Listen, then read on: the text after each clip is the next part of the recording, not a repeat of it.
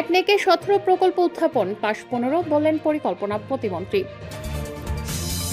আবার আগ্রাসন হলে প্রত্যাশার চেয়ে ভয়াবহ পাল্টা হামলার হুঁশিয়ারি ইরানের। কৌশলে মুক্তিযুদ্ধকে ভোলানোর চেষ্টা করা হলেও জাতি তা ভুলতে দেবে না, বলেন রিজভী।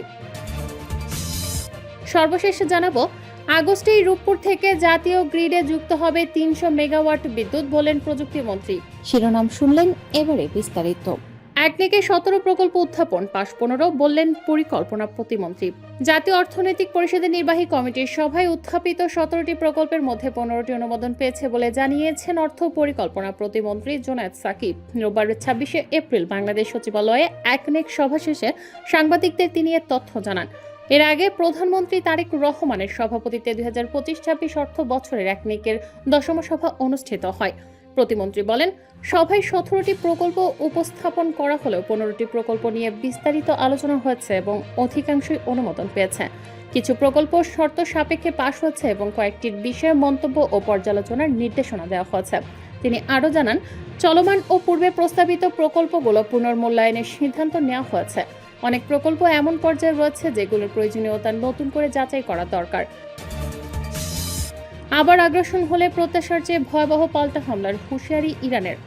শত্রুপক্ষ কোনো ধরনের ভুল হিসাব নিকাশ করলে বা নতুন করে আগ্রাসন চালানোর চেষ্টা করলে প্রত্যাশার চেয়েও ভয়াবহ পাল্টা জবাব দেওয়ার কঠোর হুঁশিয়ারি দিয়েছে ইরানের ইসলামী বিপ্লবী গার্ড বাহিনী।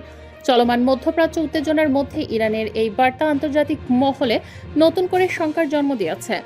রোববার ইরানের সরকারি সংবাদ সংস্থা ইরনার প্রকাশিত এক বিবৃতিতে এই বার্তা দেওয়া হয়।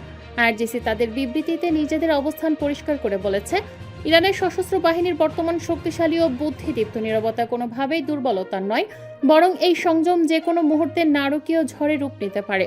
ইরান স্পষ্টভাবে জানিয়েছে, যুদ্ধবাজ্য প্রতিশ্রুতি ভঙ্গকারী শত্রু যদি কোনো ধরনের ভুল পদক্ষেপ নেয় তবে তাদের বিরুদ্ধে কঠোর ব্যবস্থা নেওয়া হবে। একই সঙ্গে কোনো ধরনের নতুন আগ্রাসনের প্রতিক্রিয়ায় এমন পাল্টা হামলা চালানো হবে যা শত্রুর প্রত্যাশার চেয়েও ভয়াবহ হবে। কৌশলে মুক্তিযুদ্ধকে ভোলানোর চেষ্টা করা হলেও জাতি তা ভুলতে দেবে না, বললেন রিজভী।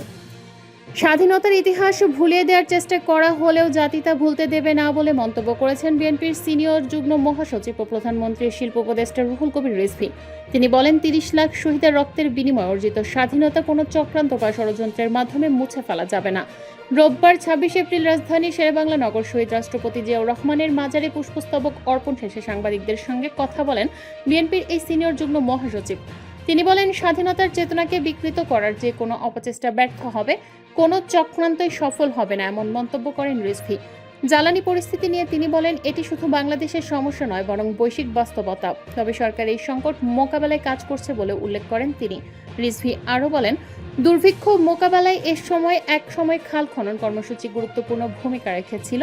তিনি দাবি করেন, শহীদ রাষ্ট্রপতি জিয়াউর রহমানের উদ্যোগে খাল খননের পর দেশ খাদ্যের স্বয়ংসম্পূর্ণতার পথে এগোয়। আগস্টেই রূপপুর থেকে জাতীয় গ্রিডে যুক্ত হবে 300 মেগাওয়াট বিদ্যুৎ, বলেন প্রযুক্তিমন্ত্রী। আগামী আগস্টের মাঝামাঝি সময়ের মধ্যে রূপপুর পারমাণবিক বিদ্যুৎ কেন্দ্র থেকে জাতীয় গ্রিডে 300 মেগাওয়াট বিদ্যুৎ যুক্ত হবে বলে জানিয়েছেন বিজ্ঞান ও প্রযুক্তি মন্ত্রী ফকির মাহবুব আনাম। রোববার 26 এপ্রিল দুপুরে সচিবালয়ে সাংবাদিকদের সঙ্গে আলাপকালে তিনি এ তথ্য জানান। মন্ত্রী বলেন, রূপপুর পারমাণবিক বিদ্যুৎ কেন্দ্রের প্রথম ইউনিটে আগামী মঙ্গলবার জ্বালানি লেডিং কার্যক্রম শুরু হবে। এই প্রক্রিয়া সম্পন্ন হওয়ার পরই আগস্টে জাতীয় গ্রিডে প্রাথমিকভাবে 300 মেগাওয়াট বিদ্যুৎ সরবরাহ করা সম্ভব হবে। তিনি আরও জানান, পারমাণবিক বিদ্যুৎ উৎপাদন জাতীয় গ্রিডে যুক্ত হওয়ার কার্যক্রমের রূপপুরে উপস্থিত থেকে উদ্বোধন করবেন প্রধানমন্ত্রী তারেক রহমান। দীর্ঘমেয়াদী পরিকল্পনার বিষয়ে মন্ত্রী বলেন, 2027 সালের জানুয়ারির মধ্যে প্রথম ইউনিট থেকে পূর্ণ সক্ষমতায় 1100 মেগাওয়াট বিদ্যুৎ উৎপাদন শুরু হবে। একই বছরের জুনে দ্বিতীয় ইউনিটে জ্বালানি লোডিং শুরু করার পরিকল্পনা রয়েছে।